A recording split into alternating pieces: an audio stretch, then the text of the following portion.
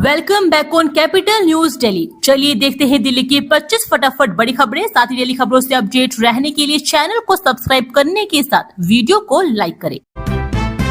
दिल्ली लक्ष्मी योजना का portal launch. महिलाओं को हर माह मिलेंगे 2500 रुपए, खाते में कब आएगी पहली किस्त। मुख्यमंत्री रेखा गुप्ता ने शनिवार को पूर्वी दिल्ली के डीएम कार्यालय में आयोजित कार्यक्रम के दौरान दिल्ली लक्ष्मी योजना की ऑनलाइन पोर्टल का शुभारंभ किया। इस योजना के तहत पात्र महिलाओं को हर महीने 2500 रुपए की आर्थिक सहायता प्रदान की जाएगी।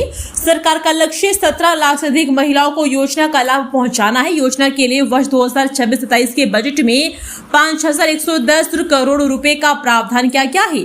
आवेदन प्रक्रिया पोर्टल के माध्यम से शनिवार से शुरू हो गई और पात्रता के सत्यापन के बाद पहली किस्त रक्षाबंधन के अवसर पर जारी करने का लक्ष्य रखा गया है। दिल्ली महिला आयोग में 2.5 साल बाद नई कमान लता गुप्ता बनी अध्यक्ष।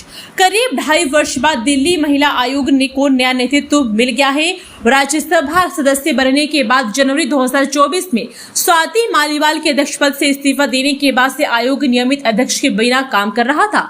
शुक्रवार को पूर्व नगर निगम पार्षद लता गुप्ता ने दिल्ली महिला आयोग के अध्यक्ष के रूप में कार्यभार संभाला। उनके साथ आयोग की नवनामित सदस्य श्यामबाला, मालती वर्मा, लता सोडी, सनरिका शर्मा झा और रेणु भल्ला ने भी पदभार ग्रहण किया। इससे आयोग लंबे अंतराल के बाद पूर्ण सदस्य स्वरूप में काम करेगा। प्रधानमंत्री राष्ट्रीय बाल पुरस्कार 2026 सरकार ने बढ़ाई आवेदन की अंतिम तिथि, अब 15 अगस्त तक करें नामांकन।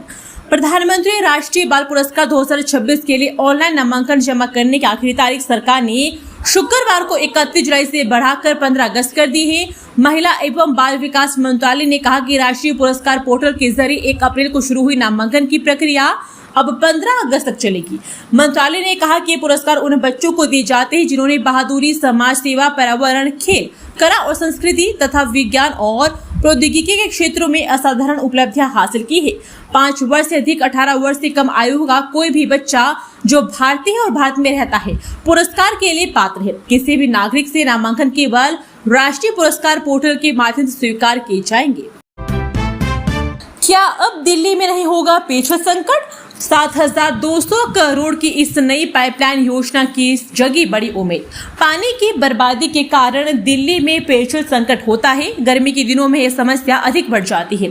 यमुना के साथ ही हरियाणा से मुन्नक नहर की 2 शाखाओं केरल लाइन चैनल और दिल्ली सब राज्य के माध्यम से दिल्ली तक पानी पहुंचता है। इन दोनों नहरों से ही पानी की बर्बादी शुरू हो जाती है। डीएसबी कच्ची और बहुत पुरानी नहर है। इसमें रिसाव के कारण दिल्ली को कम मात्रा में पानी पहुंच पाता है। इसके लिए हरियाणा सरकार से भी अनुमति मिल गई है। इस परियोजना पर लगभग 7200 करोड़ रुपए खर्च होने की उम्मीद है। बसों में मुफ्त सफर के लिए दिल्ली में कब से अनिवार्य होगा सहेली पिंक कार्ड? पहले 1 अगस्त से होना था लागू।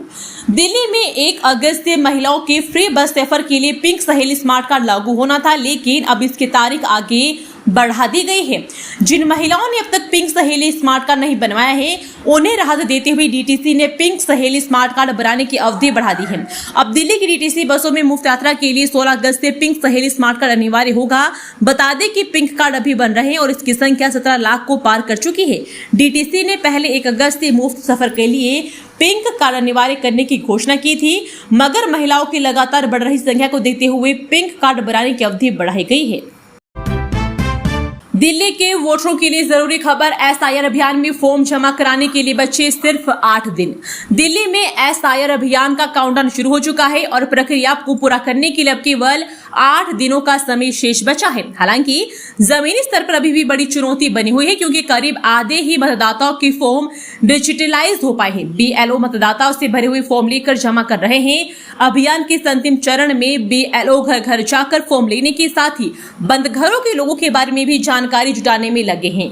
आंकड़ों के नजरिए से देखें तो दिल्ली में अब तक 99.91% फॉर्म बांटे जा चुके हैं, जो लगभग 100% के आंकड़े को छू रहा है। इसके बावजूद डिजिटलीकरण की रफ्तार बहुत धीमी बनी हुई है। निर्वाचन विभाग के आंकड़ों के अनुसार बीएलओ 31 जुलाई तक महज 57.54% फॉर्म का ही ऑनलाइन डिजिटलीकरण कर पाए हैं।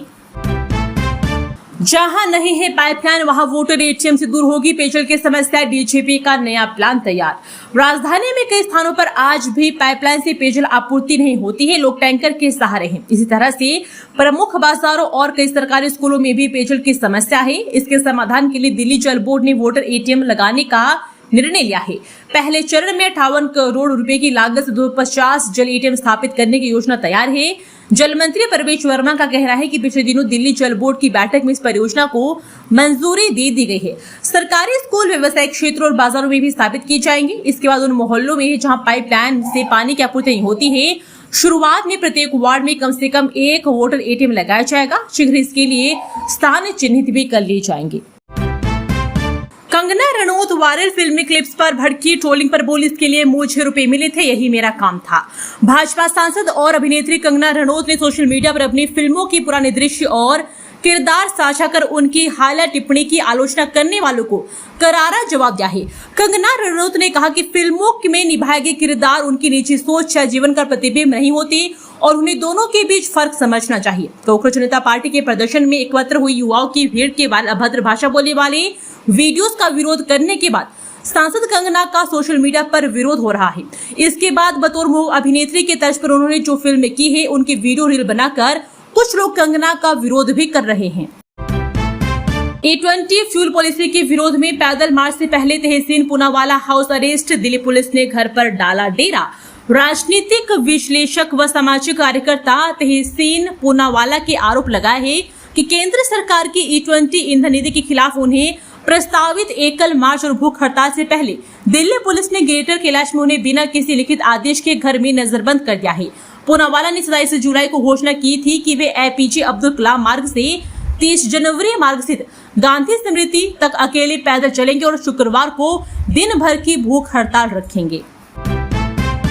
हे प्रभु, इन्हें सद्बुद्धि दो। राहुल गांधी और पप्पू यादव के नाम पर जंतर मंतर पर हुआ हवन। संसद परिसर में सांसद पप्पू यादव व विपक्षी नेता राहुल गांधी समेत विपक्षी दलों के सांसदों की सद्बुद्धि के लिए हवन अनुष्ठान आयोजित हुआ। साथ ही संसद ने चेतावनी देते हुए कहा कि अपने राजनीतिक स्वार्थ के लिए सनातन का मजाक उड़ाना बंद करे, अन्यथा ऐसे राजनीतिक विचारधारा को हिंदू समाज के तीव्र विरोध का सामना करना पड़ेगा। जंतर मंतर पर विहिप द्वारा आयोजित इस धार्मिक अनुष्ठान में श्री राम जन्मभूमि तीर्थ क्षेत्र ट्रस्ट की ट्रस्टी व शंकराचार्य श्री विश्व प्रसन्न तीर्थ स्वामी महाराज की उपस्थिति विशेष रही। उनके साथ संत नारायण गिरी महाराज, महामंडलेश्वर महंत नवल किशोर दास महाराज, भारतीय बौद्ध संघ के अध्यक्ष भंते संघाप्रे राहुल समेत अन्य संतों की मौजूदगी में रही। वैदिक मंत्रोच्चार के बाद मध्य आहुतियां अर्पित भी की गई।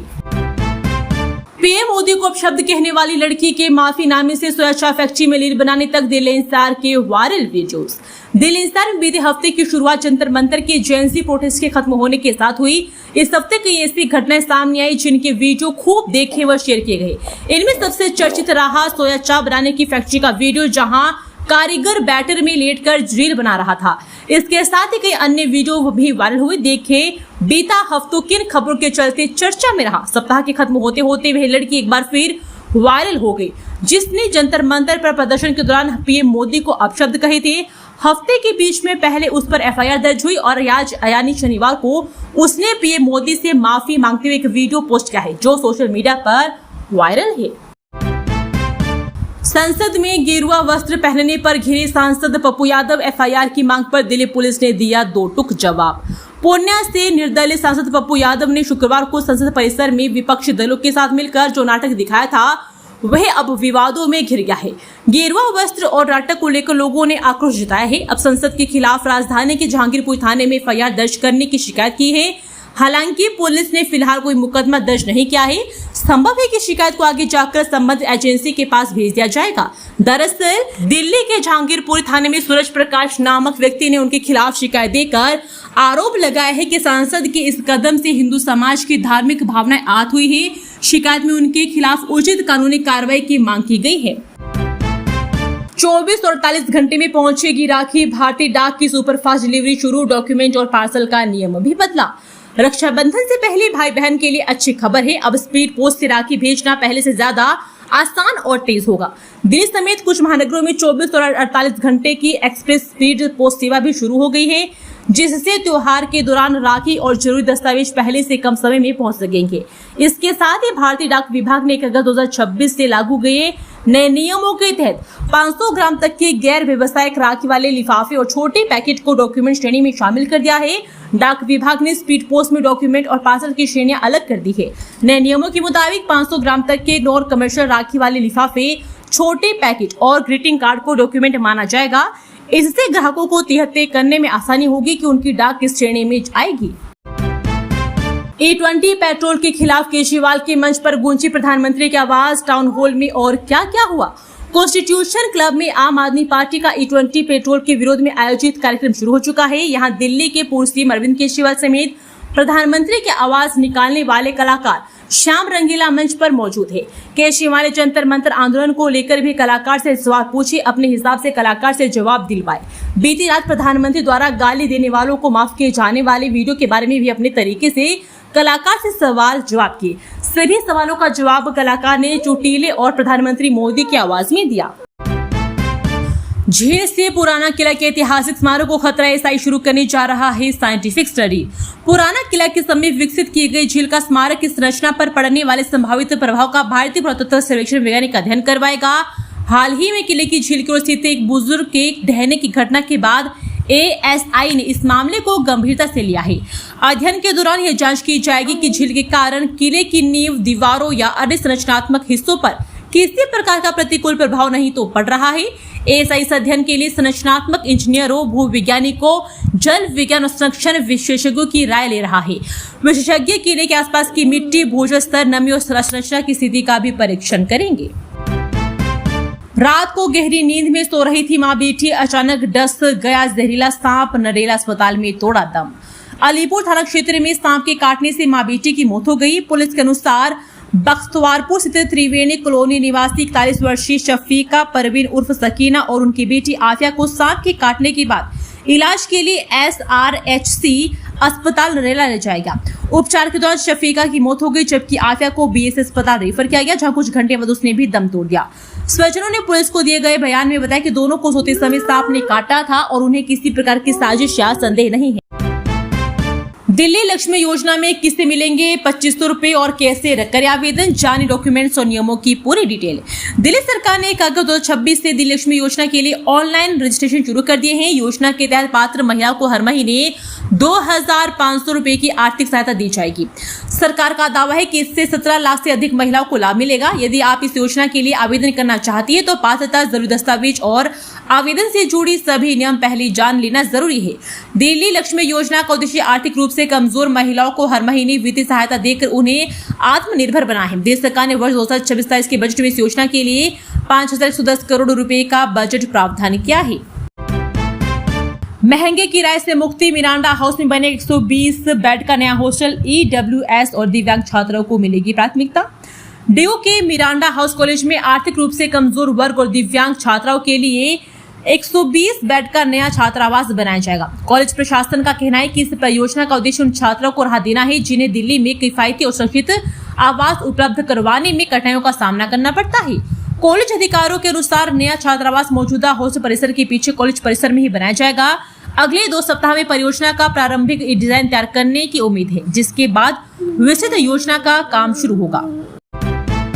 दिल्ली हाईकोर्ट ने 2 पूर्व अधिकारियों को पेड़ काटने की अनुमति देने पर अवमानना का दोषी ठहराया। दिल्ली हाईकोर्ट ने दिल्ली सरकार के पोर्ट ऑफ फॉरेस्ट ऑफिसर और एक अन्य अधिकारी को कोर्ट के पिछले आदेश का उल्लंघन करते हुए ग्रेटर कैलाश पार्ट 2 में 2 पेड़ों के काटने की इजाजत देने के लिए कोर्ट के अवमानना का दोषी ठहराया है। जस्टिस जसमीत सिंह की ने पूर्व principal chief conservator of forest CD Singh और पूर्व ट्री ऑफिसर मनदीप मित्तल को कॉन्टेम्प्ट ऑफ कोर्ट एक्ट के एक्शन 12 के तहत 28 अप्रैल 2022 और 19 मई 2022 को पहले के एक कॉन्टेम्प्ट में केस दिए गए आदेशों को जानबूझकर न मानने का दोषी पाया है। यौन उत्पीड़न पर दिल्ली यूनिवर्सिटी का एक्शन, जांच के बाद राजनीति विज्ञान के प्रोफेसर को अनिवार्य रिटायरमेंट। डीयू ने यौन उत्पीड़न के एक मामले में सख्त रुख अपनाते हुए राजनीतिक विज्ञान विभाग के एक शिक्षक को अनिवार्य सेवानिवृत्ति दे दी है। यह कार्रवाई विश्वविद्यालय की आंतरिक शिकायत समिति की जांच रिपोर्ट और उसकी सिफारिशों के आधार पर की गई है। गुरुवार को आयोजित कार्यकारी परिषद की बैठक में समिति की सिफारिशों को मंजूरी मिलने के बाद यह निर्णय लागू कर दिया गया। विश्वविद्यालय के एक अधिकारी के अनुसार संबंधित शिक्षक के खिलाफ यौन उत्पीड़न की शिकायत लगभग 1 वर्ष पहले दर्ज करवाई गई थी। शिकायत मिलने के बाद आंतरिक शिकायत समिति ने मामले की विस्तृत जांच की है। संसद में भगवा पहनाकर नुक्कड़ नाटक कर बोरे फंसे पप्पू यादव, स्पीकर ओम बिरला की नाराजगी के बाद एफआईआर दर्ज। संसद परिसर में शुक्रवार को कथित राम मंदिर चंदा गबन मामले को लेकर लिए गए विरोध प्रदर्शन के बाद पूर्णिया से सांसद राजेश रंजन उर्फ पप्पू यादव की मुश्किलें बढ़ गई है। राष्ट्रीय राजधानी के जहांगीरपुर थाने में उनके खिलाफ शिकायत दर्ज करवाई गई है। शिकायत में आरोप लगाया गया है कि प्रदर्शन के दौरान उन्होंने धार्मिक भावनाओं को ठेस पहुंचाई। ये शिकायत सूर्य मैथिल ने दर्ज करवाई है। यादव ने धार्मिक प्रतीकों का अपमान किया। शिकायतकर्ता का कहना है कि प्रदर्शन में भगवान रामलला विराजमान की तस्वीर को पैरों के नीचे रखा गया, जिससे सनातन को मानने वालों की भावनाएं आहत हुई है।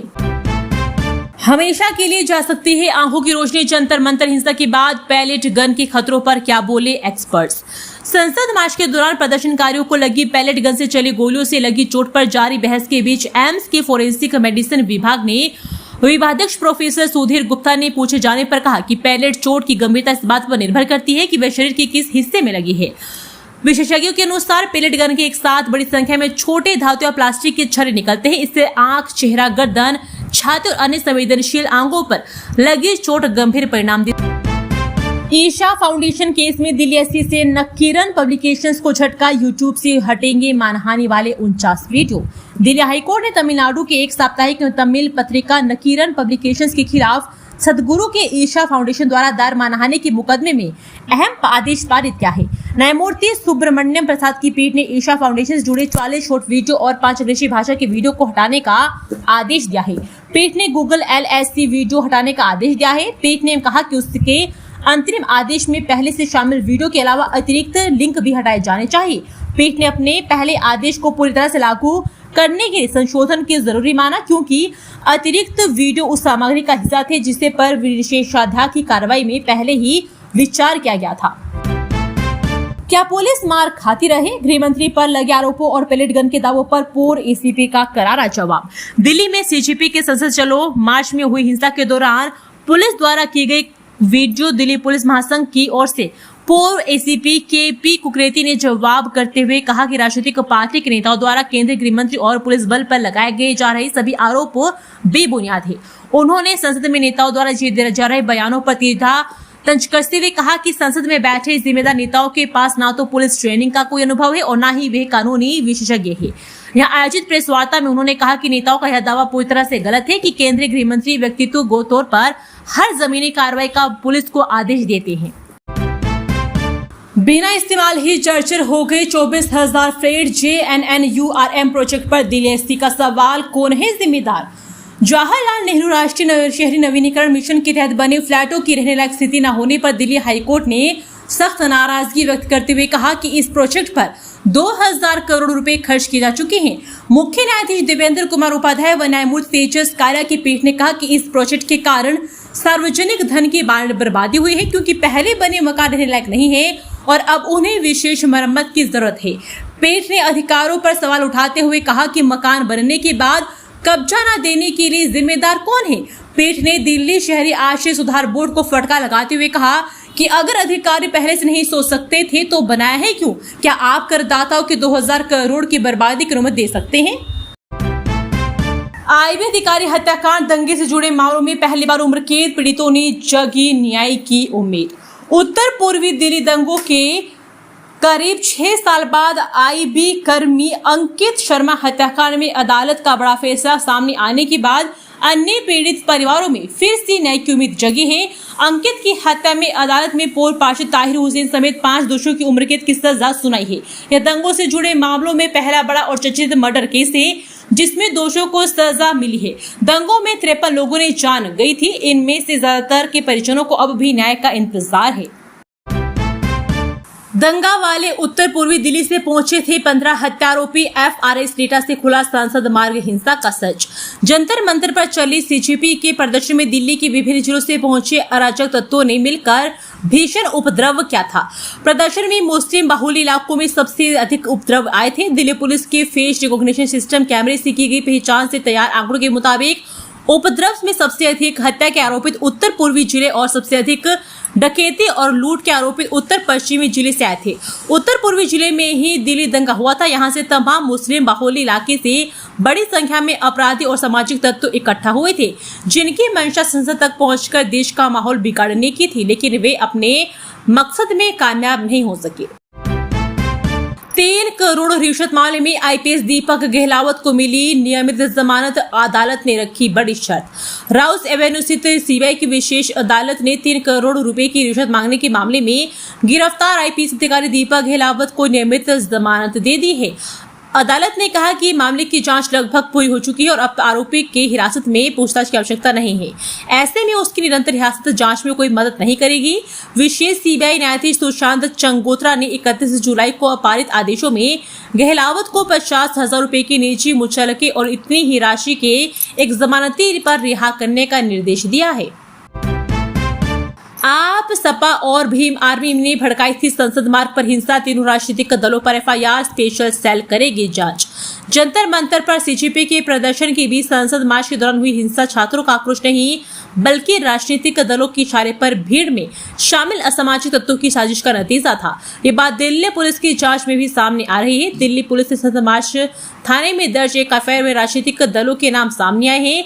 विश्वस्त सूत्रों की माने तो इसमें दिल्ली की आम आदमी पार्टी और यूपी की समाजवादी पार्टी व भीम आदमी पार्टी के लोगों द्वारा हिंसा किए जाने का जिक्र किया गया है। सूत्र बताते हैं कि जल्द ही पुलिस इन पार्टियों के नेताओं को नोटिस भेजकर पूछताछ कर सकती है। इस मामले की निष्पक्ष और संवैधानिक जांच के लिए स्पेशल सेल को ट्रांसफर कर दिया गया है। इससे पहले शुरुआती जांच संसद मार्ग थाने के इंस्पेक्टर दिनेश कुमार इसकी जांच कर रहे थे। एमसीडी के 15,000 अनुबंधित कर्मचारियों की बल्ले बल्ले अब 60 की उम्र तक पक्की हुई नौकरी, वेतन भी बढ़े। कई वर्षों से निगम के साथ अनुबंध के तौर पर काम करने वाले एमसीडी के कर्मचारियों से भविष्य को लेकर रंजिता कोरे की तलवार हटने जा रही है।